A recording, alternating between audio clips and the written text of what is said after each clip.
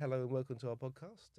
I'm Neil Strange. I'm joined today with Alex Higgs. Hello. And we were thinking about talking about something very dear to your heart today, Alex, which is XML. Don't. XML. Yeah, it's great fun. Well, XML, I think it's a necessary evil. You're going to see this in your data warehouse at some point. So, I've seen you work on a few projects recently where XML's come in and you've been a bit frustrated, shall we say, during the day from time to time as you're working with it. Yeah. Tell me, what the XML, JSON, it all looks the same to me. It's all structured, isn't it? What's the difference? Well, I mean, yeah. Okay, where do I start?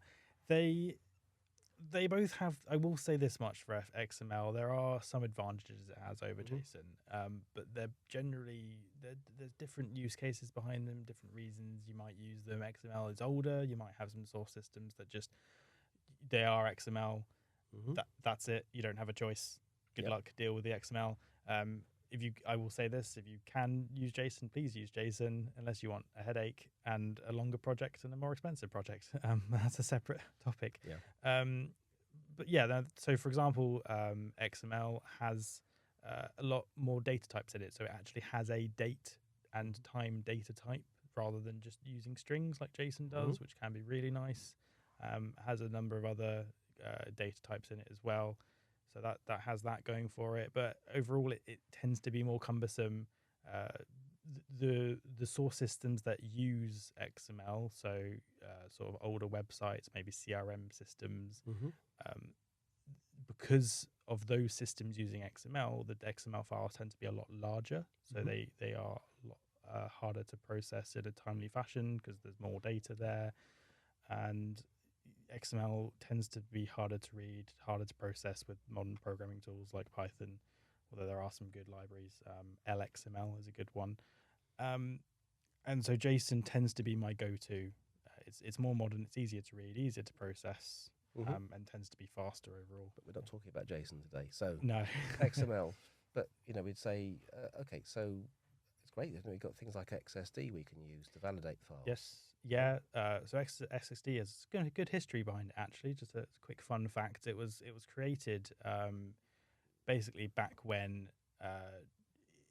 it was created specifically for Java, when people were at the peak of Java programming, when XML was all the rage, and people realized, you know what, this XML stuff is actually quite difficult to process. If only we had a kind of source of truth of what the XML was supposed to look like, so we can deal with when we get files with missing data, or when we get files with empty tags and things like that. What are our expectations for what the data is supposed to look like, so that we can process it more effectively? We know what it's supposed to look like in advance, so we can program around that, right? So XSD is really good.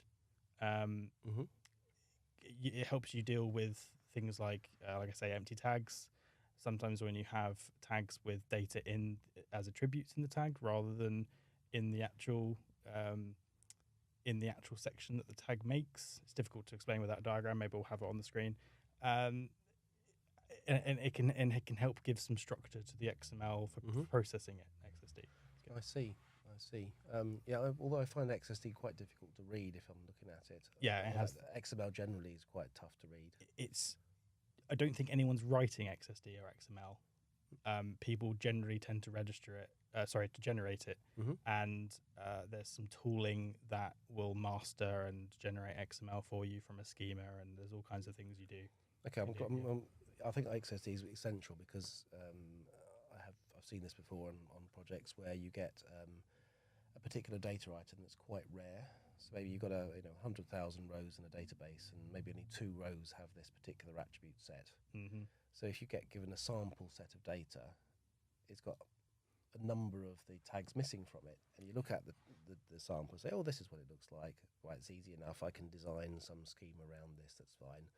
You get it running, and then in production, these additional tags start popping up, and you were unaware of them. So there's no control over that, and anyone can stick additional tags into that structure anytime if they want to modify the feed. And especially if the source schema isn't being very well controlled. You got all the normal issues of today with data quality issues and people adding data and nulls and all that kind of stuff that you have now. Yeah. Okay, and I've also seen some horrific things where you have new, maybe the project goes through a revision and someone wants to add new features to an XML feed, and you give it to another person to work on than the original designer, and they just tack the data on the bottom of the existing XML because they can't find any way of doing it, and the XML then has tags in it that reference other tags in the structure. So relationships are difficult. Relationships in there, and that means you have to load the whole lot in to be able to process it. You can't scan through it a section at a time. Figure out what you don't have. Okay, so all that's a pain to deal with and can cause all kinds of programming issues. Yeah, I think with all of these unstructured and semi-structured and structured data types, all roads lead to data quality being the issue. If you've got source data that has missing elements, missing tags that can be added, removed, it all comes to data quality and data governance. It shows bad or not very good control of the source data, right? So a lot of it, if we all had perfect data, we wouldn't be talking about this. But unfortunately, that's not the reality. I think it's just more obvious and more onerous to handle when it comes to XML. I think one other thing I've seen also is that sometimes XML is designed as an extract that would feed into some statistical processing engine. So the person designing it extracts just the records they need. So if I want to find the average sales for my customers, then I would just extract sales-related columns of data into the XML, and I forget to import the primary key for a customer, for example. Yes. So you get given these files, and then the key's missing from them. Yeah, the audit is shot basically. Yeah, the audit's shot in there, and you say, well, go on, load that in because it's we've been using it to date, and you then got to go back and get the whole extraction done, and by the time you've done all that, you could have done it faster in JSON. Yeah, I mean, well, again, this is a data quality issue, right? If you don't get the data from the source, then what can you do? Yeah. Okay. All right. Well, that was interesting. So, given a toss up, it's JSON all the time, is it? I would say so, unless you really have to, or there's a really, really good reason you need to use XML, and you can't argue your way out of it.